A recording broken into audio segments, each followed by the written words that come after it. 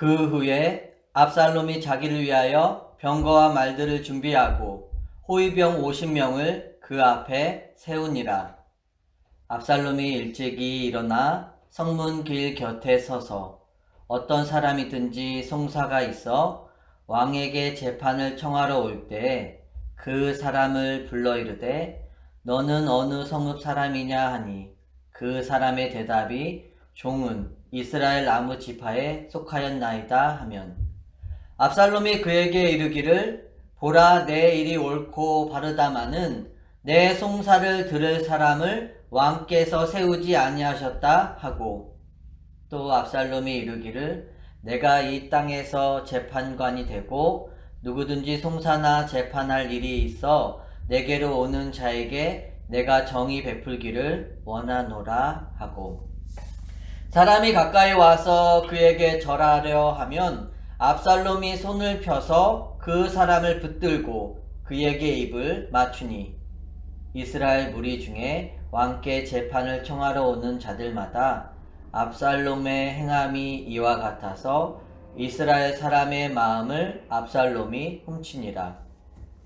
4년 만에 압살롬이 왕께 아뢰되 내가 여호와께 서원한 것이 있사오니 청하건대 내가 헤브론에 가서 그 서원을 이루게 하소서.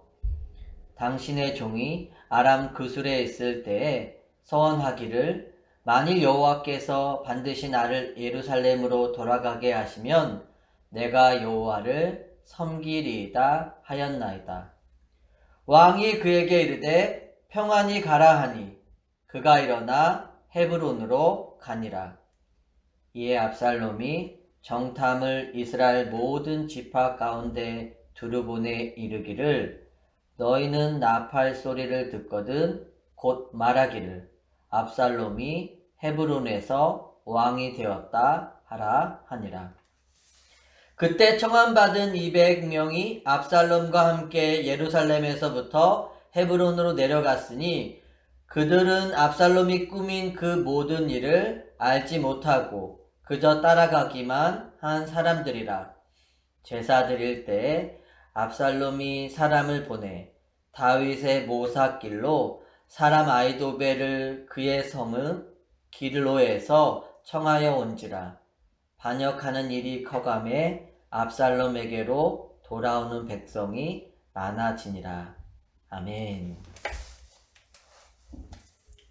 오늘 말씀에는 하나님을 떠난 압살롬의 어리석은 모습이 나타납니다.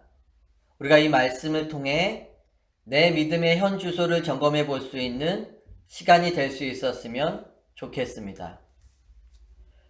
첫 번째로 살펴보고자 하는 것은 왕은 누구인가입니다. 1절 말씀입니다. 그 후에 압살롬이 자기를 위하여 병거와 말들을 준비하고 호위병 50명을 그 앞에 세우니라. 사무엘하 15장은 그 후에라는 말로 시작이 됩니다. 여기서 말하는 그 후라는 것은 사무엘하 14장에 나오는 다윗과 압살롬의 관계 회복을 이야기합니다. 그런데 33절을 통해 알 수 있듯이 온전한 관계 회복은 아니었죠.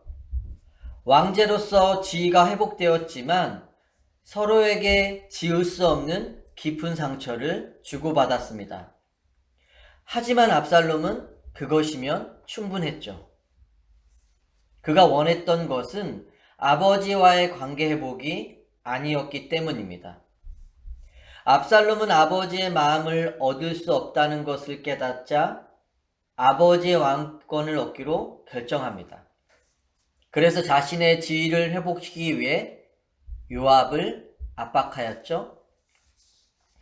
압살롬은 자신의 지위가 회복되자 이때를 참고 기다렸다는 듯이 철저하게 계산된 자신의 계획을 실행합니다. 그는 가장 먼저 병거와 말들을 준비하고 자신을 위한 호위병 50명을 구별하여 세웁니다. 고대 사회에서 병거와 말들은 전쟁할 때 사용하는 것들이죠. 그리고 호위병을 몰고 다닌다는 것은 내가 중요한 사람임을 드러내는 것입니다. 고대 사회의 방식으로 내가 왕이라는 것을 과시하고 있는 것입니다. 그런데 문제는 하나님은 이스라엘의 왕을 세우실 때 그렇게 하지 말라고 경고하셨죠.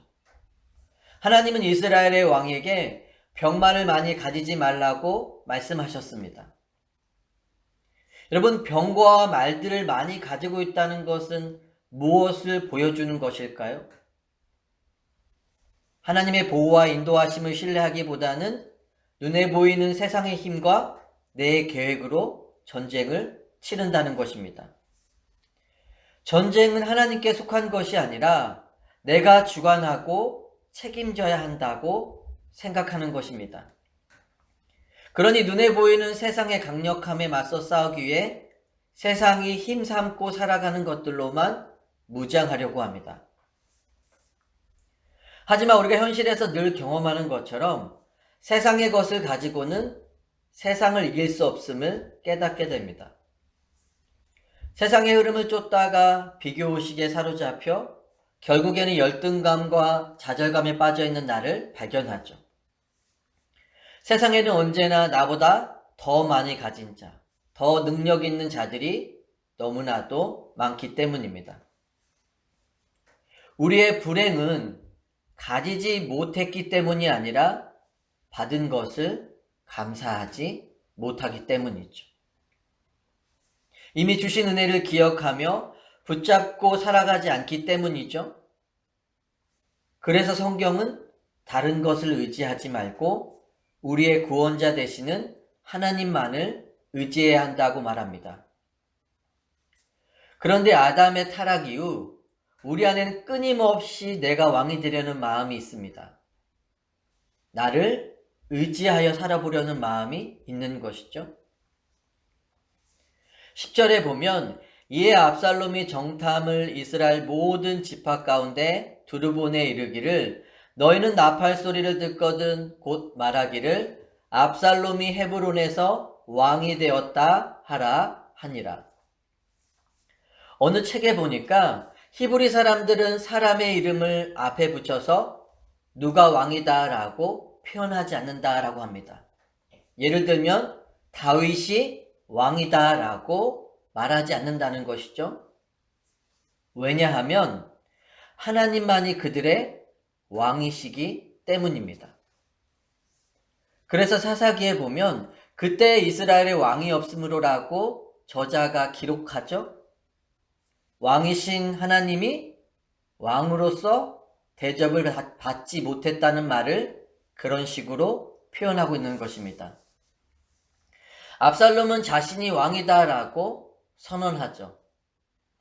왕은 하나님께서 세우시는 자리인데 자신이 왕이 되어 하나님의 자리에 앉으려 한 것입니다. 그 자리에 앉아 나의 원함을 따라 선과 악의 기준을 나누며 목적하는 것을 이루어내기 위해 집요함을 보여주죠. 인간이 스스로 왕이 되고자 하는 것이 얼마나 무서운 욕망인지를 깨닫게 해주는 것입니다. 두 번째로 살펴보고자 하는 것은 나는 무엇을 믿고 있는가입니다. 우리가 여러 사건을 통해 알 수 있듯이 압살롬은 굉장히 치밀한 사람이죠. 다혈질적인 부분도 있었지만 아무 때나 그 다혈을 드러내지 않습니다. 그는 사람의 마음을 훔치기 위해 자신의 마음을 숨길 줄 알았죠. 압살롬은 목적하는 것을 위해 기다릴 줄 아는 자였습니다. 형 암논을 죽이기 위해 2년을 기다렸습니다. 다윗의 왕권을 빼앗기 위해 4년 동안 한결같은 모습으로 성문에 나가 억울한 자들을 위로하는 성실함을 보여주죠. 그리고 계획한 모든 것들의 준비가 마쳤다고 생각이 되자 드디어 다윗을 찾아옵니다. 7절 말씀입니다. 4년 만에 압살롬이 왕께 아뢰되 내가 여호와께 서원한 것이 있사오니 청하건대 내가 헤브론에 가서 그 서원을 이루게 하소서. 그런데 압살롬은 왜 헤브론으로 간다고 말했을까요? 헤브론은 자신이 태어난 곳이기도 하면서 다윗이 처음으로 왕이 되어 7년 반을 다스린 곳이죠. 의미가 남다른 곳이죠. 그리고 우리가 창세기에 보면 아브라함이 장막을 옮겨 헤브론의 제단을 쌓게 됩니다. 그러니까 이스라엘에게도 헤브론은 중요한 장소였던 겁니다. 다윗과의 대화를 통해 알 수 있는 것처럼 압살롬은 오늘 본문 속에서 속이는 자로 또다시 등장하죠. 암논을 죽일 때도 그렇지만 지금도 헤브론으로 하나님께 예배를 드리러 간다며 아버지를 속입니다. 압살롬은 거룩하신 하나님의 이름을 들먹이면서 자신의 악한 계획을 속이고 있죠. 우리는 압살롬을 통해 거짓 안에 있는 제가 가지고 있는 무서운 본질을 보게 됩니다. 여러분, 마귀는 우리를 속이는 자입니다. 생명을 빼앗아 가기 위해 교묘히 찾아오는 것이죠. 압살롬은 자신의 사리사욕을 채우기 위해 하나님의 이름을 팔아먹고 있습니다. 내가 원하는 것을 이루기 위해 하나님의 이름을 이용하려는 것이죠. 우상 숭배하는 자들의 전형적인 모습을 보여주고 있습니다. 예수님을 믿는다고 하면서도 다른 것을 더 믿고 의지하며 살아가는 것이죠. 평상시에는 내 마음대로 살다가 생각대로 일이 풀리지 않으면 예수님께 나와 해결해 달라고 기도합니다. 기도의 자리를 통해 하나님을 더 찾고 의지하게 되는 축복이 있는데, 기도의 자리에서 하나님을 더 이상 찾을 일이 없게 해달라고 구하는 것입니다. 하나님보다 더 중요한 것이 나의 원함을 이루는 것이기 때문이죠. 우리 안에도 압살롬과 같은 원함이 있음을 보게 됩니다. 나의 믿음의 결과를 세상적인 기준으로만 확인받고 싶은 마음이 들 때가 있죠. 그래서 열등감과 우월감 사이를 오고 가는 모습들을 보게 됩니다. 비교의식의 깊은 뿌리에서 자유하지 못하는 것이죠. 그러다 보니 예수를 믿고 나서 내가 어떤 축복을 받았고 무슨 권세를 힘입으며 살아가고 있는지 늘 놓치고 살 때가 많습니다. 하지만 상황과 환경을 통해 하나님은 변함없이 우리의 삶에 개입해 오실 것입니다. 나의 우상과 원함에만 반응하는 삶에서 하나님께 반응하는 삶으로 인도해 가시기 위함이죠. 압살롬은 모든 계획을 일사천리로 진행합니다. 헤브론으로 올 때 자기와 계획을 나누지 않은 다윗의 측근 200명도 속여서 데리고 오죠.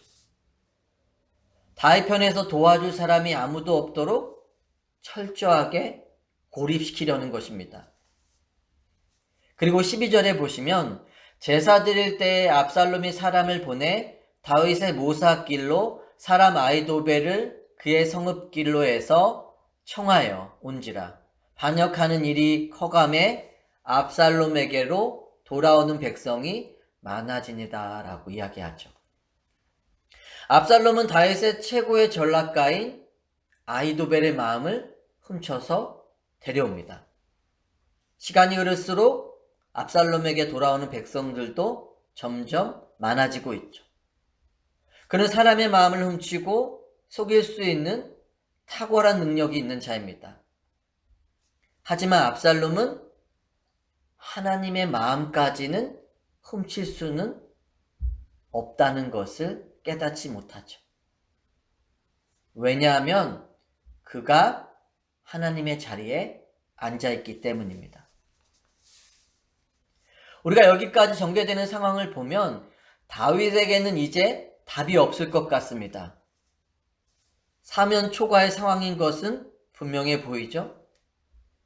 하지만 12절에 보면 성경은 회복에 대한 단서를 숨겨두고 있습니다. 바로 반역이라는 단어죠.